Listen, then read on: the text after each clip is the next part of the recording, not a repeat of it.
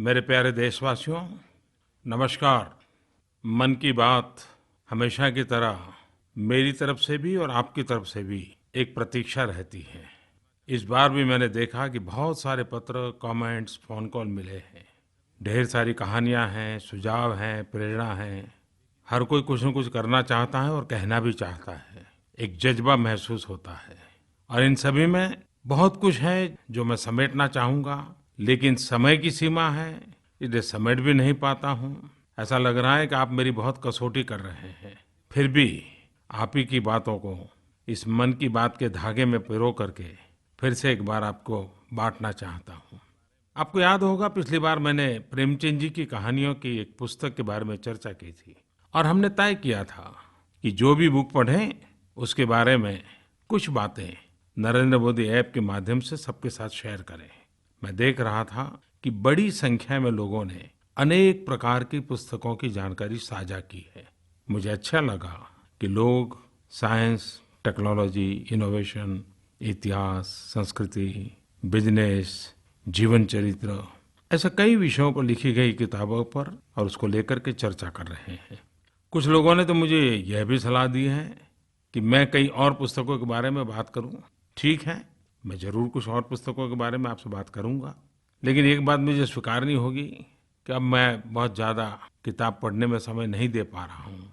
लेकिन एक फ़ायदा जरूर हुआ है कि आप लोग जो लिख करके भेजते हैं तो कई किताबों के विषय में मुझे जानने का जरूर अवसर मिल रहा है।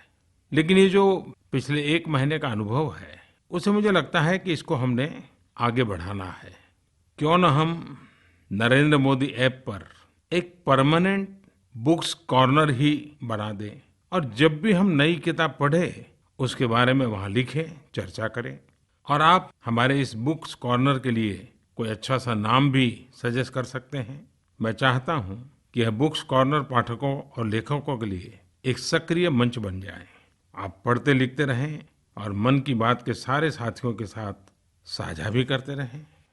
साथियों, ऐसा लगता है कि जल संरक्षण, मन की बात में जब मैंने इस बात को स्पर्श किया था, लेकिन शायद आज मैं अनुभव कर रहा हूँ कि मेरे कहने से पहले भी जल संरक्षण ये आपके दिल को छूने वाला विषय था, सामान्य मानवी की पसंदीदा विषय था।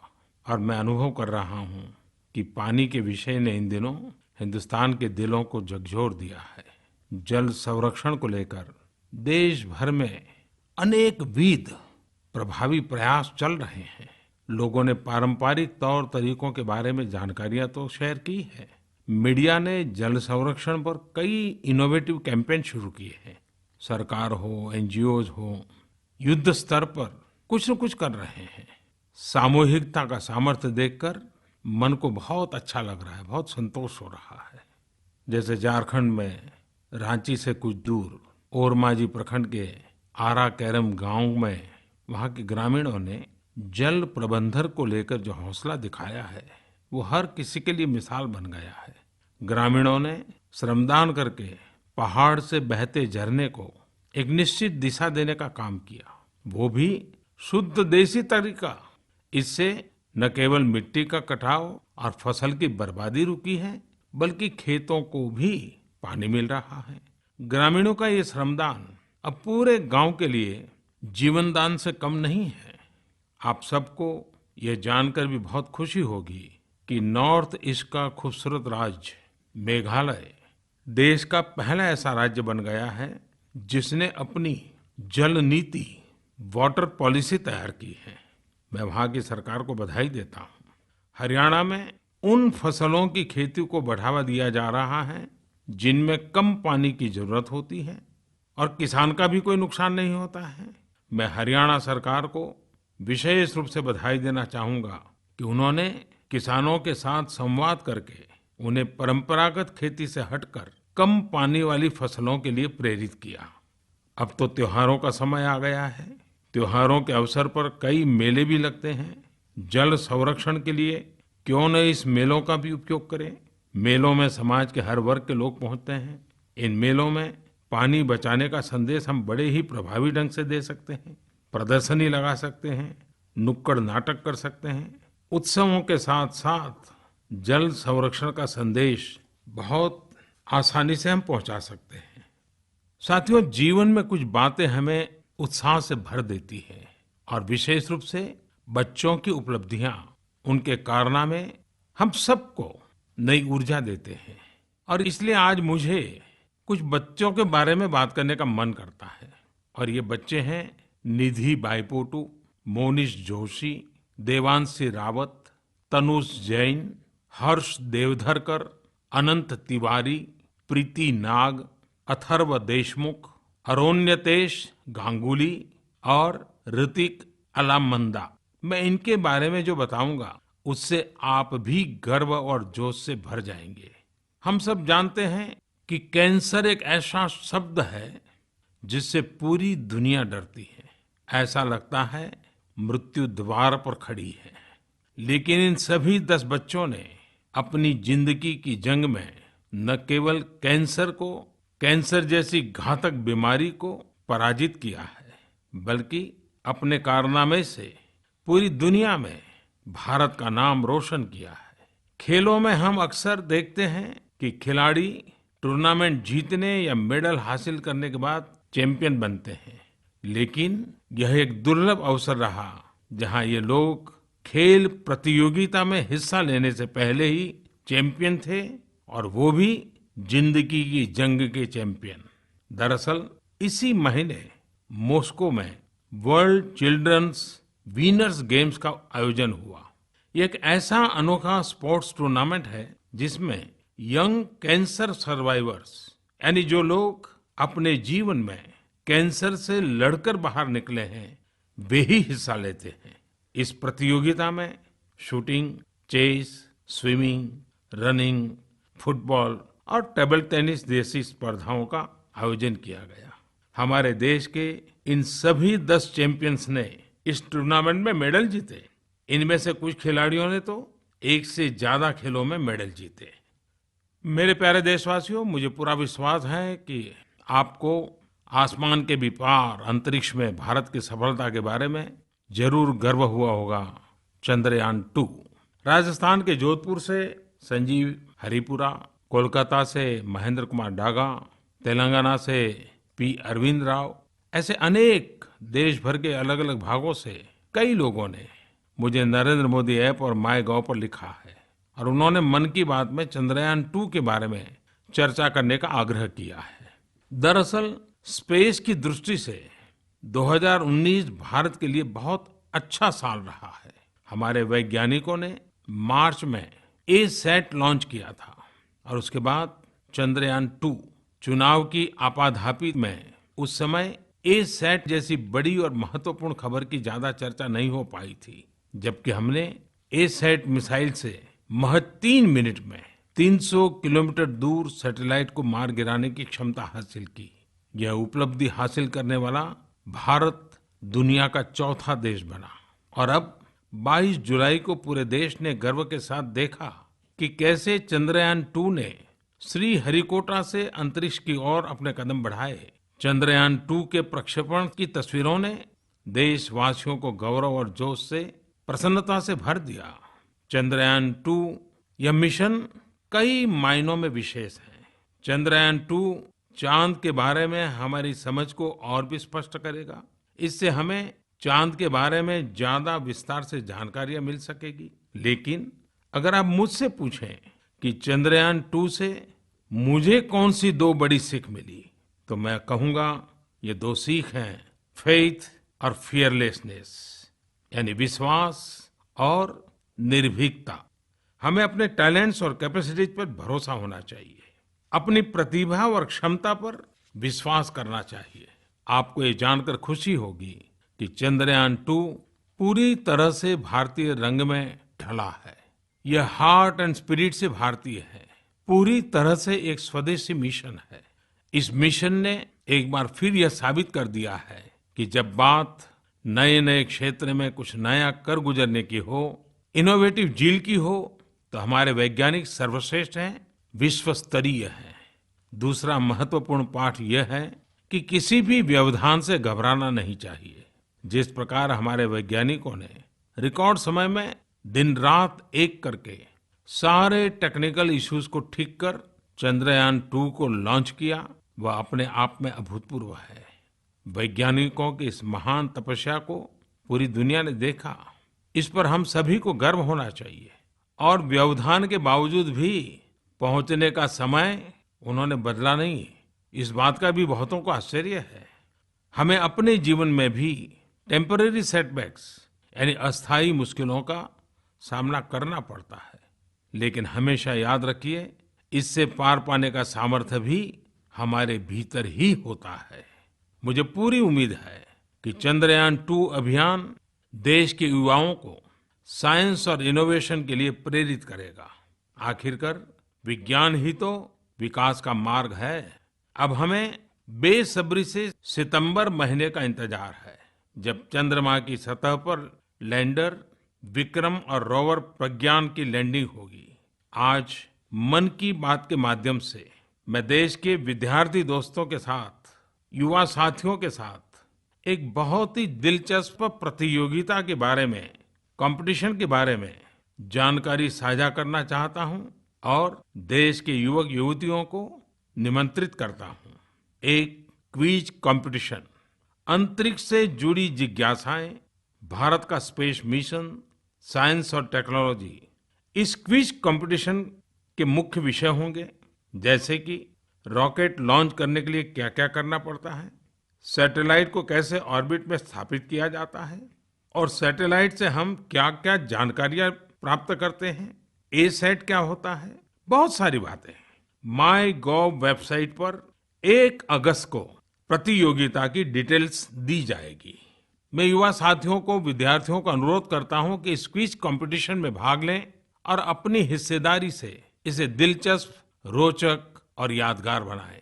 मैं स्कूलों से, अभिभावकों से, उत्साही आचार्यों और शिक्षकों से विशेष आग्रह करता हूं कि वे अपनी स्कूल को विजयी बनाने के लिए भरसक मेहनत करें, सभी विद्यार्थियों को इसमें जुड़ने के लिए प्रोत्साहित करें।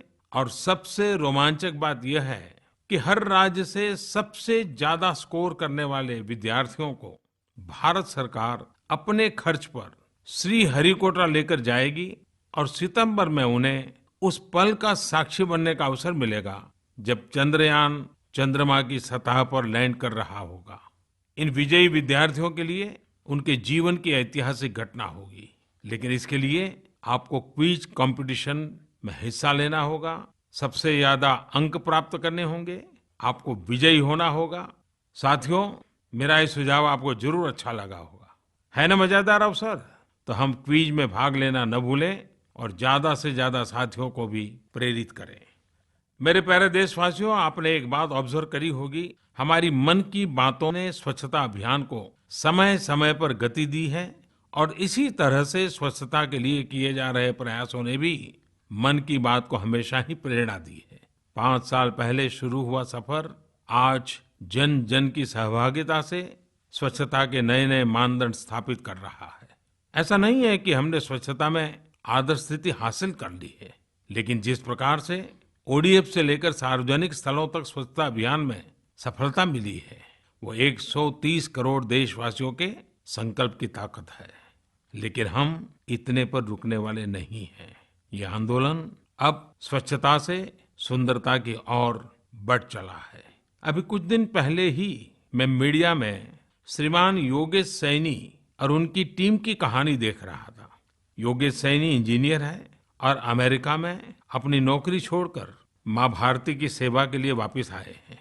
उन्होंने कुछ समय पहले दिल्ली को स्वच्छ ही नहीं बल्कि सुंदर बनाने का बीड़ा उठाया। उन्होंने अपनी टीम के साथ लोधी गार्डन के कूड़ेदानों से शुरुआत की, स्ट्रीट आर्ट के माध्यम से दिल्ली के कई इलाकों को खूबसूरत पेंटिंग से सजाने संवारने का काम किया, ओवरब्रिज और स्कूल की दीवारों से लेकर झुग्गी झोंपड़ियों तक उन्होंने अपने हुनर को उकेरना शुरू किया तो लोगों का साथ भी मिलता चला गया और एक प्रकार से ये सिलसिला चल पड़ा। आपको याद होगा कि कुंभ के दौरान प्रयागराज को किस प्रकार स्ट्रीट पेंटिंग से सजाया गया था। मुझे पता चला कि भाई योगेश सैनी ने और उनकी टीम ने उसमें भी बहुत बड़ी भूमिका निभाई थी। रंग और रेखाओं में कोई आवाज भले ही न होती हो, लेकिन इनसे बनी तस्वीरों से जो इंद्रधनुष बनते हैं, उनका संदेश हजारों शब्दों से भी कहीं ज्यादा प्रभावकारी सिद्ध होता है। और स्वच्छता अभियान की खूबसूरती में भी ये बात हम अनुभव करते हैं। हमारे लिए बहुत जरूरी है कि वेस्ट टू वेल्थ बनाने का कल्चर हमारे समाज में डेवलप हो। एक तरह से कहें तो हमें कचरे से कंचन बनाने की दिशा में आगे बढ़ना है। मेरे प्यारे देशवासियों, पिछले दिनों माय गॉव पर मैंने एक बड़ी ही दिलचस्प टिप्पणी पढ़ी। यह कमेंट जम्मू कश्मीर के शोपियां के रहने वाले भाई मोहम्मद असलम का था। उन्होंने लिखा, मन की बात कार्यक्रम सुनना अच्छा लगता है। मुझे यह बताते हुए खुशी हो रही है कि मैंने अपने राज्य जम्मू कश्मीर में community mobilisation programme back to village के आयोजन में सक्रिय भूमिका निभाई। इस कार्यक्रम का आयोजन जून महीने में हुआ था। मुझे लगता है कि ऐसे कार्यक्रम हर 3 महीने पर आयोजित किए जाने चाहिए। इसके साथ ही कार्यक्रम की ऑनलाइन मॉनिटरिंग की व्यवस्था भी होनी चाहिए। मेरे विचार से यह अपनी तरह का ऐसा पहला कार्यक्रम था जिसमें जनता ने सरकार से सीधा संवाद किया। भाई मोहम्मद असलम जी ने ये जो संदेश मुझे भेजा और उसको पढ़ने के बाद बैक टू विलेज प्रोग्राम के बारे में जानने के मेरी उत्सुकता बढ़ गई। और जब मैंने इसके बारे में विस्तार से जाना तो मुझे लगा कि पूरे देश को भी इसकी जानकारी होनी चाहिए। कश्मीर के लोग विकास के मुख्य धारा से जुड़ने को कितने बेताब है, कितने उत्साही है, ये इस कार्यक्रम से पता चलता है। इस कार्यक्रम में पहली बार बड़े बड़े अधिकारी सीधे गांवों तक पहुंचे। जिन अधिकारियों को कभी गांव वालों ने देखा तक नहीं था, वो खुद चलकर उनके दरवाजे तक पहुंचे ताकि विकास के काम में आ रही बाधाओं को समझा जा सके, समस्याओं को दूर किया जा सके। ये कार्यक्रम हफ्ते भर चला और राज्य की सभी लगभग 4,500 पंचायतों में सरकारी अधिकारियों ने गांव वालों को सरकारी योजनाओं और कार्यक्रमों की विस्तार से जानकारी दी।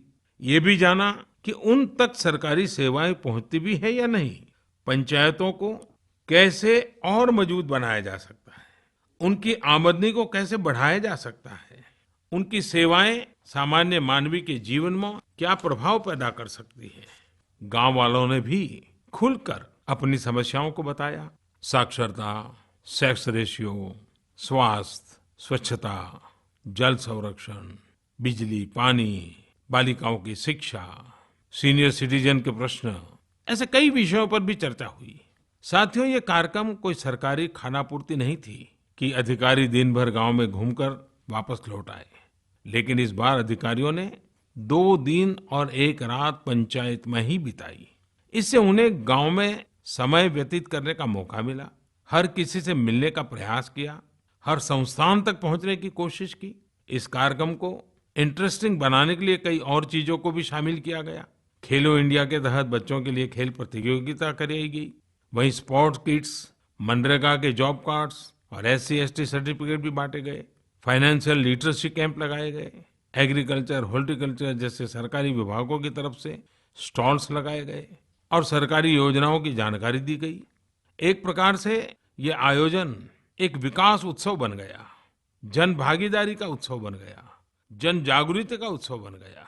कश्मीर के लोग विकास के उत्सव में खुलकर के भागीदार बने।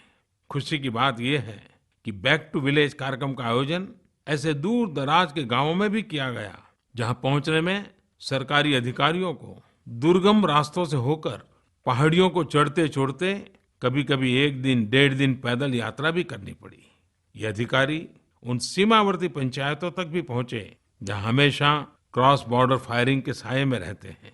यही नहीं, शोपियां, पुलवामा, कुलगाम और अनंतनाग जिले के अति संवेदनशील इलाके में भी अधिकारी बिना किसी भय के पहुंचे। कई अफसर तो अपने स्वागत से इतने अभिभूत हुए कि वे 2 दिनों से अधिक समय तक गांवों में रुके रहे। इन इलाकों में ग्राम सभाओं का आयोजन होना, उसमें बड़ी संख्या में लोगों का भाग लेना और अपने लिए योजनाएं तैयार करना, यह सब बहुत ही सुखद है। नया संकल्प, नया जोश और शानदार नतीजे। ऐसे कार्यक्रम और उसमें लोगों की भागीदारी ये बताती है कि कश्मीर के हमारे भाई बहन गुड गवर्नेंस चाहते हैं। इससे यह भी सिद्ध हो जाता है कि विकास की शक्ति बम बंदूक की शक्ति पर हमेशा भारी पड़ती है। ये साफ है कि जो लोग विकास की राह में नफरत फैलाना चाहते हैं, अवरोध पैदा करना चाहते हैं, वो कभी अपने नापाक इरादों में कामयाब नहीं हो सकते। मेरे प्यारे देशवासियों, ज्ञानपीठ पुरस्कार से सम्मानित श्रीमान दत्तात्रेय रामचंद्र बेंद्रे ने अपनी एक कविता में सावन माह की महिमा कुछ इस प्रकार प्रस्तुत की है। इस कविता में उन्होंने कहा है, होळिगे मळिगे आग्येद लगना अदराग भूमि मगना, अर्थात बारिश की फुहार और पानी की धारा का बंधन अनोखा है और उसके सौंदर्य को देखकर पृथ्वी मग्न है। पूरे भारतवर्ष में अलग अलग संस्कृति और भाषाओं के लोग सावन के महीने को अपने अपने तरीके से सेलिब्रेट करते हैं। इस मौसम में हम जब भी अपने आसपास देखते हैं तो ऐसा लगता है मानो धरती ने हरियाली की चादर ओढ़ ली हो। चारों ओर एक नई ऊर्जा का संचार होने लगता है। इस पवित्र महीने में कई श्रद्धालु कांवड़ यात्रा और अमरनाथ यात्रा पर जाते हैं, जबकि कई लोग नियमित रूप से उपवास करते हैं और उत्सुकता पूर्वक जन्माष्टमी और नागपंचमी जैसे त्योहारों का इंतजार करते हैं। इस दौरान ही भाई बहन के प्रेम का प्रतीक रक्षाबंधन का त्योहार भी आता है। सावन महीने की जब बात हो रही है तो आपको यह जानकर बहुत खुशी होगी कि इस बार अमरनाथ यात्रा में पिछले 4 वर्षों में सबसे ज्यादा श्रद्धालु शामिल हुए हैं। 1 जुलाई से अब तक 3 लाख से अधिक तीर्थयात्री पवित्र अमरनाथ गुफा के दर्शन कर चुके हैं। 2015 में पूरे 60 दिनों तक चलने वाली इस यात्रा में जितने तीर्थयात्री शामिल हुए थे, उससे अधिक इस बार सिर्फ 28 दिनों में शामिल हो चुके हैं। अमरनाथ यात्रा की सफलता के लिए मैं खास तौर पर जम्मू कश्मीर के लोगों और उनकी मेहमान नवाजी की भी प्रशंसा करना चाहता हूँ। जो लोग भी यात्रा से लौटकर आते हैं, वे राज्य के लोगों की गर्मजोशी और अपनेपन की भावना के कायल हो जाते हैं। ये सारी चीजें भविष्य में पर्यटन के लिए बहुत लाभदायक साबित होने वाली है। मुझे बताया गया है कि उत्तराखंड में भी इस वर्ष जब से 4 धाम यात्रा शुरू हुई है, तब से 1.5 महीने के भीतर 8 लाख से अधिक श्रद्धालु केदारनाथ धाम के दर्शन कर चुके हैं।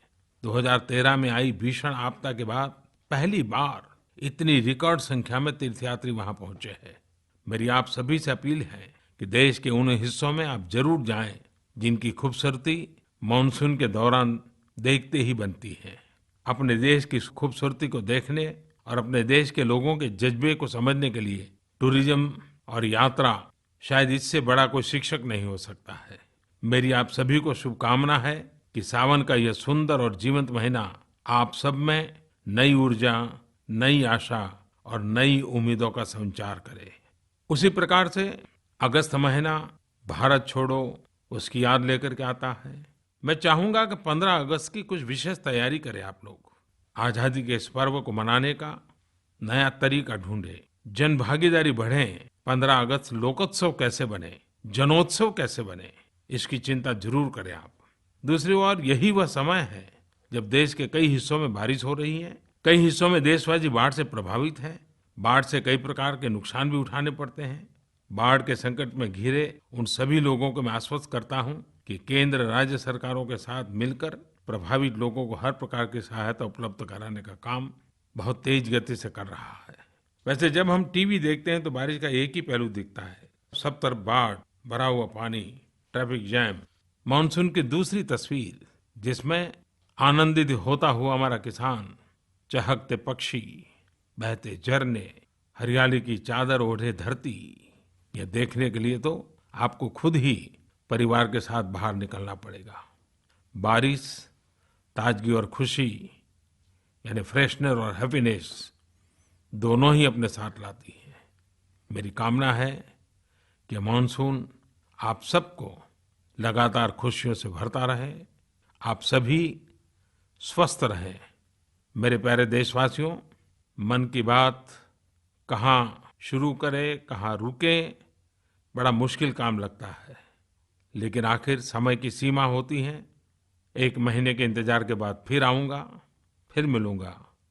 महीने भर आप मुझे बहुत कुछ बातें बताना, मैं आने वाली मन की बात में उसको जोड़ने का प्रयास करूँगा। और मेरे युवा साथियों, फिर से याद कराता हूँ, आप क्विज कंपटीशन का मौका मत छोड़िए। आप श्रीहरिकोटा जाने का जो अवसर मिलने वाला है, इसको किसी भी हालत में जाने मत देना। आप सबको बहुत बहुत धन्यवाद। नमस्कार।